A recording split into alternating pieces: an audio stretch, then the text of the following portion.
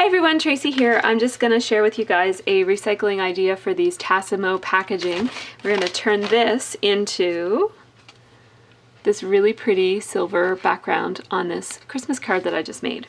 So what you need to do is when you rip it apart, it kind of comes apart like that, and you just have to cut the top off of it and cut the bottom off of it.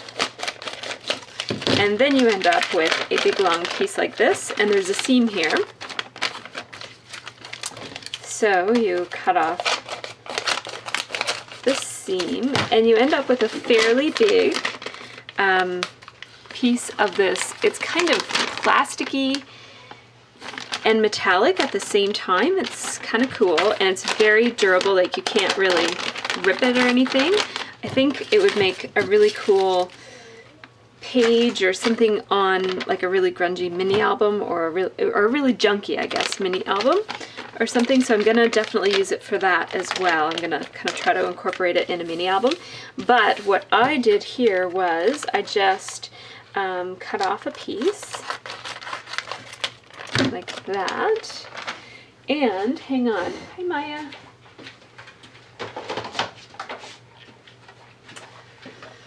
I'm making Christmas cards today, so my craft area is a bit of a disaster, but I think you can see what I'm doing here. So I'm just gonna make a small piece for this one. Maybe I'll make it like that. Yeah. So you just put it in your embossing folder, run it through your machine. Oops. There we go.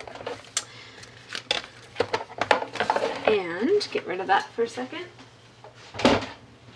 What you end up with, oops, sorry.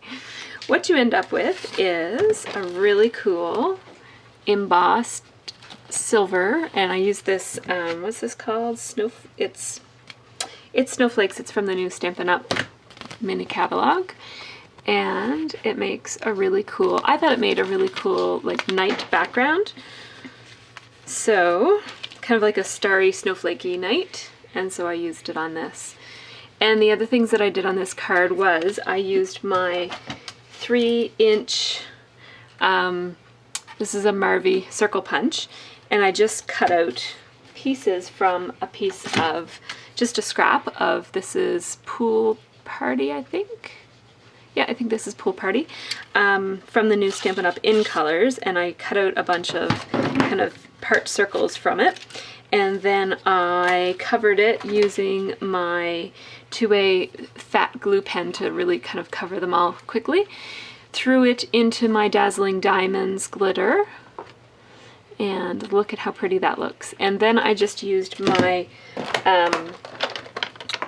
Pen and Parade stamp set, which comes with this stamp here, which is the Christmas tree, and my Petite Pennants Builder Punch to cut them out. And then I also I went over the dots with one of my smaller glue pens and threw that in the Dazzling Diamonds as well. Then I used the Tidings of Comfort and Joy, which I love that stamp. It's awesome, and I colored it in with my markers, and I went around it with white gel pen, and these are both kind of just punched. So there's one Christmas card idea for you, and what's even more exciting is this great idea for reusing this Tassimo packaging, because it's very wasteful to throw it in the garbage. So isn't that pretty? I'm just so happy that I don't have to throw these away anymore, and that I have something really cool that I can make with them. So you might even be able to ink them or something, but I suspect you'd need to use alcohol inks or Versa, or not Versa, StazOn. You'd probably need to use StazOn in order to get anything to stick to this, because it's quite a shiny, glossy surface. Okay, so I've been playing a teeny bit more with my Tassimo packaging. And you can't punch with it. I learned that the hard way. it's just too plasticky. I guess if you were to maybe adhere it onto something else and then punch it, it might work, but then I think it might just end up being too thick for a punch, so you can't punch it. But I ran it through with my Sizzix Circles die. It's Circles 2. I've had this forever. I got it on clearance somewhere 5 years ago or something like that. Hang on. It's Circles 2.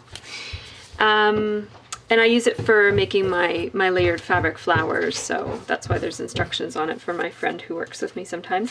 And it actually doesn't flatten out the embossing when you run it through the Sizzix die. So that's kind of cool. So now I could, you know, use these as embellishments on a scrapbooking page. I think they'd look really cool. Can't wait to use them. And so then just for fun, I ran them through this Sizzlet die. Hello. Hello, Olivia. She's waiting to make her own video in a minute.